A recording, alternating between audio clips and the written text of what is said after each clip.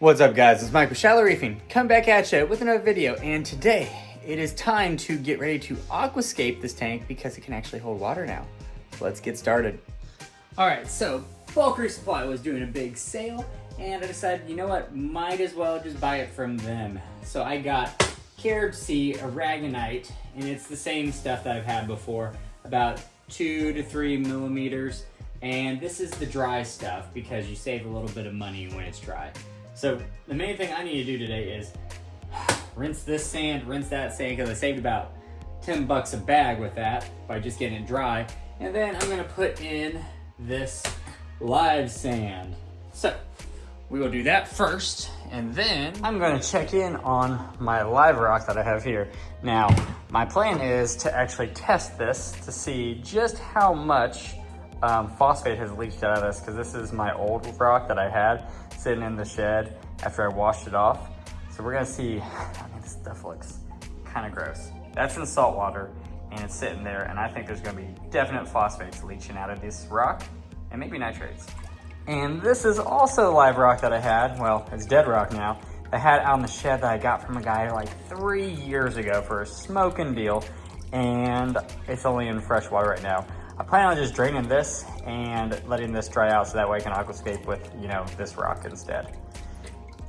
So let's get to draining the water and rinsing out the sand. I'm gonna keep it in those buckets behind me right there. And then after I put the rock down in the tank and scape it in a certain way, then I'm gonna put the sand in. I only have 100 pounds of sand. I put way too much sand in last time. I think I put like 160 pounds. I know it was too much for me, so we're gonna try 100 pounds first. And this hose is barely long enough, but hey, it still works. Now it's bucket time. So the main thing you wanna do whenever you have sand is that you wanna run it until it runs clear. So you're just gonna be soaking this baby. Don't use the jet, use either the center or the full, and you're just gonna fill it up and eventually it'll run clear. So you can see right here, all that coming off of the sand, that is like milky white. I'll film it once I dump this out and get some more fresh water in. You can kind of see, I don't know if you can see all that kind of floating there. All the stuff that they picked up, they didn't rinse the sand or anything. That's why it's so much cheaper, because they put the, you know, put it on you to rinse it out. But once you clear it out, it's gonna be way better. I am 20 minutes into this thing, rinsing out both buckets, alternating back and forth, and that is still milky after 20 minutes. Maybe it is better to get pre-washed sand, because this is hot as heck out here at 90 degrees. The crazy part is you guys all saw that sand in the bag and it looked pretty clean, but it is anything but clean. You can kind of see that is still, I'm just gonna kind of keep the hose in here for a bit. Hopefully get more stuff out. Trying to reach that bottom's hard. All right, it's been 30 minutes of rinsing sand. This sucks. Now, if you do a cost analysis on it, it was probably not cheaper for me to get this type of sand and then rinse it. Depending on how much you make per hour, it's kind of annoying. So, I'm done after this. This last bucket, we're done. I'm not gonna rinse any more sand. This is annoying. 30 minutes of sand. I probably rinsed that bucket out 20 times and that one 20 times. All right, so I got the boys helping me get some rocks out there and put them up. You gonna get that big rock, Spencer? Here, let's get that. Here, put it up. Hold it. I'll help for Spence. Oh, good. Yeah. Is there a small one in there for you, Spencer? Here you go, Spencer. Here's a little rock. Oh, I helped it with 2 rocks. No, it doesn't go in that bucket. And one gigantic one. Yep. All right, my master aquascaper decided to do this, and he helped me make it. So this is only 4 feet, and the tank's 6 feet, so there'll be a foot on this side and a foot on this side. I have a couple rocks there that I can kind of just sit out on the edges. This is the tunnel right here. So the main idea for this is to do separate rock structures here. So rock structure here, here, here, in the front, maybe offset it. And then with these little rock structures in the front, I might do some softies or zoas. I don't know if we're gonna connect them. What do you think? I think I like them separate, and then they could all have their own zoanthids on them, or softies. This is actually cool because there's like almost like a swim through tunnel on this side. So I think I want to incorporate more swimming room for the fish, but also have more open space and keep things more isolated so that if a soft coral gets on a rock structure, it's not going to completely decimate it and take over everything. A nose face. All right, so I know you guys are curious. How much phosphate and nitrate has leached out of those rocks after 3 weeks sitting here curing? After I've already washed them down, put them outside for 7-8 months, then washed them off again with fresh water. Now it's in salt water. Let's find out the answer.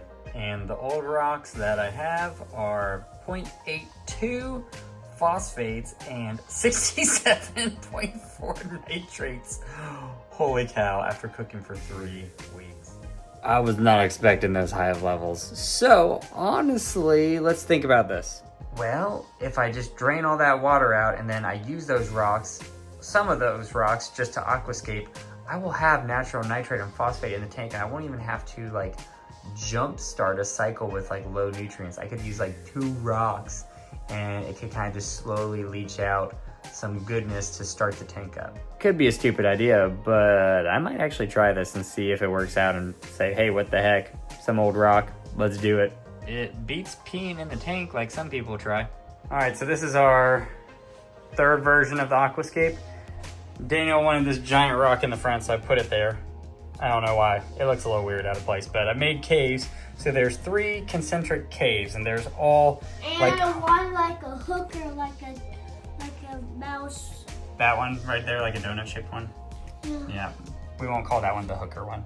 So yeah, each one has That like 3 looks like cave a lid structures. Right here. So right here, that The looks- only thing about this one is that I don't like how the surface area is not very conducive for putting corals on it. It kind of comes to a promontory. It would be better for SPS, but for LPS, kind of need to switch it up a bit, I think. All right, so we just moved that big rock that Daniel had here up to here and made like a really flat surface. So that way, when you're trying to aquascape it, it's gonna look way better and way nicer. All right, now I'm gonna glue it all together. I don't have as much left, but I gotta use it all. And that should be pretty good. Most of them are kept in there based off of how they're joined. So glue is just gonna add a little bit of extra precaution. You already know how to use this. It's super easy. Just don't like how it's white. So welded it all together with the Aquaforest poly, and then I did the aqua stick over top of it in some spots and wherever I needed to, and it looks pretty good. I made sure to put it where I couldn't really see it, so that way it wouldn't be an eyesore. What do you think, Daniel? You like it? Huh? We got 1 more bag of sand, then it'll be done, and I'm gonna fill it up with some water. What do you think, Daniel?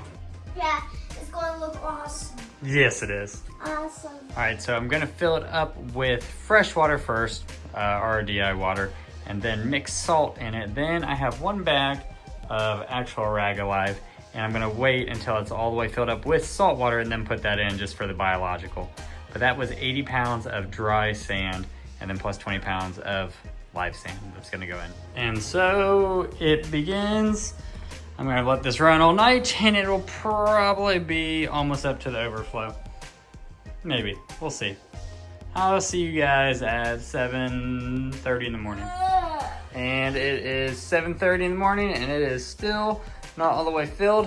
So maybe by tonight it'll be filled. We will see.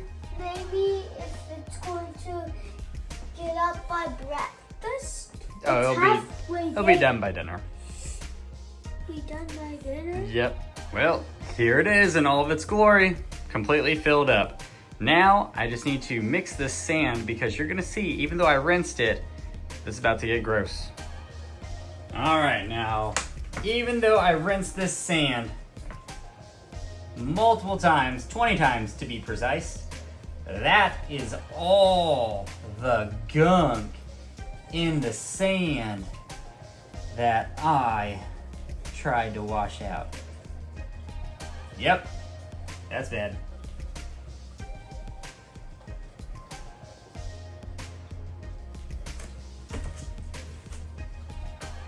Well, I dumped the regolized sand in here and I can't find the water clarifier, which means it's probably in the tank somewhere. So I'm gonna have to figure that out once this cloudiness ends. Good thing my skimmer is gonna work and it's already pulling out some nice gunk. All right, guys, it is now completely filled. Still can't find that water clarifier packet. That should be somewhere over here, but it looks to be pretty decent. Now I'm gonna start the cycling process and you'll see that in the next video, hopefully in a week or two. So guys, if you like what you see here and you wanna see more, click the subscribe button. Give me a like, give me a comment below, and let me know how you like this video. And as always, I'll see you later. If anybody wants to come in, Yep. like a mouse, they can come. A mouse, but this is gonna be where the fish are. Yeah. Yep, so how would the fish swim? You have to swim like this and go like all the way around, go through that tunnel and swim up here. Yeah. And then swim down here and go through this corner and come out and climb up here and go and then go around this and then go and then pretend that this is their hiding spot. Okay. And the back